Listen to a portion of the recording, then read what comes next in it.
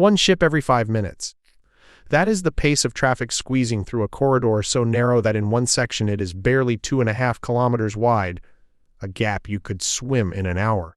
Right now, somewhere in that dark water, a supertanker the length of 4 city blocks is threading a course that 100,000 other vessels will trace this year alone. The Strait of Malacca connects the Indian Ocean to the South China Sea, and through it flows more oil than through any other passage on Earth. If it closes, the lights go out in Tokyo, the factories stop in Shenzhen, and the price of everything in the world goes up overnight. The strait runs 800 kilometers along the western edge of the Malay Peninsula, with the Indonesian island of Sumatra pressed against it from the southwest. Singapore sits at its southern end like a valve on a pipe. The geography was settled long before modern states existed. Monsoon winds and shallow seafloors made this the one reliable passage between the Indian Ocean and the Pacific. Arab and Chinese merchants were using it 1,000 years ago. The Portuguese seized Malacca in 1511 specifically to control the trade. The Dutch pushed them out. The British built Singapore at its southern tip in 1819 to ensure they never lost it again. Today, the corridor is bordered by 3 sovereign nations, Malaysia, Indonesia, and Singapore, none of whom controls it alone.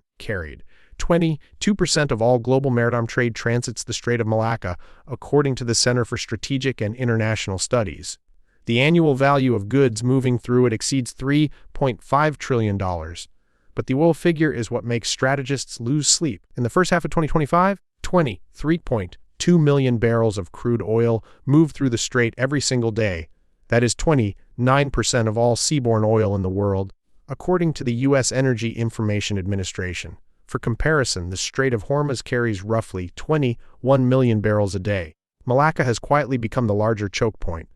Most of that crude is destined for China, Japan, and South Korea. Nearly 60% of the oil flows from Persian Gulf producers, Saudi Arabia, the UAE, Kuwait, Iraq.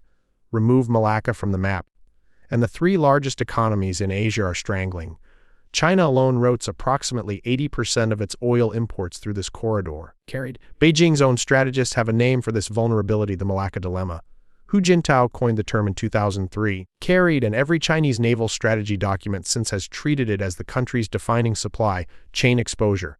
But there is a physical constraint that makes the picture even sharper. The strait averages only 25 meters in depth, roughly the height of an 8-story building.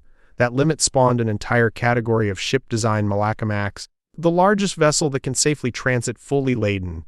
A Malaccamax tanker maxes out at around 300,000 deadweight tons, with a maximum draft of 20.5 meters, barely clearing the sea by 4.5 meters when the tides are right. Larger supertankers, the true giants of the oil trade, must either partially unload before entering or route around via the Lombok Strait to the south. That constraint is structural, unfixable, and irreversible by any amount of dredging at scale. The strait is technically under the joint watch of Indonesia, Malaysia, Singapore, and Thailand through the Malacca Strait Patrols, launched in 2004. That cooperation has real teeth: aerial surveillance, naval escorts, intelligence sharing. Singapore's Coast Guard has deployed hull, climbing robots, and autonomous drones to extend its reach. But the tools have not solved the piracy problem. In 2025, incidents of armed robbery in the Strait of Malacca and Singapore Strait surged to their highest level in nearly 20 years. 108 recorded attacks. According to the Regional Cooperation Agreement on Combating Piracy (RCAP), that is a 74% increase over 2024, and nearly 4 times the rate of the prior year. Bulk carriers were the primary target, accounting for 52% of incidents, followed by tankers at 23%. Almost all attacks happened between 8 at night and 6 in the morning. Small cruise and fast boats, boarding quietly, taking what they could, and vanishing before helicopters arrived. The surge finally broke in the second half of 2025, when Indonesian police from the Riau Islands Regional Force arrested the 2 key gangs in July and August. By October, incidents had fallen sharply.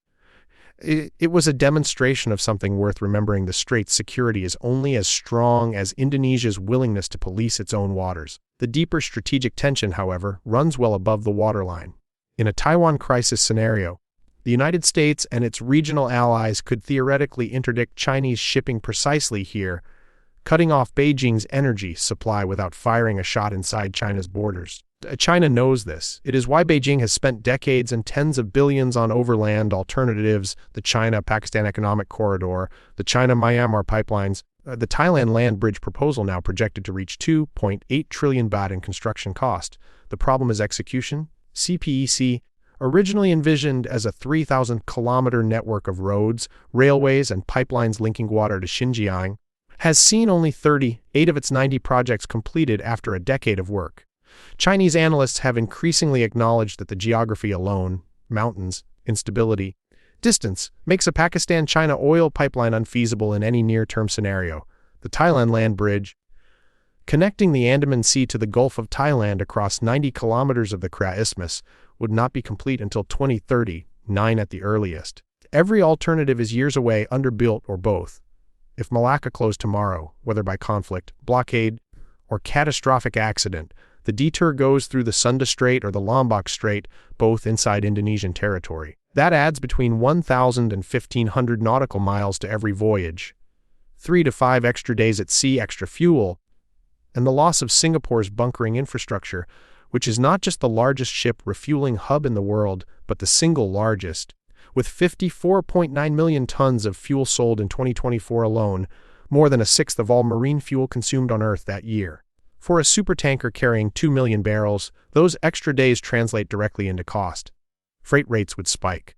The ripple would hit gasoline prices in Los Angeles and Seoul within weeks, and that is the scenario with no hostilities, just traffic diverted. In an actual conflict, there is no clean bypass. The Strait of Malacca is not just a lane on a map.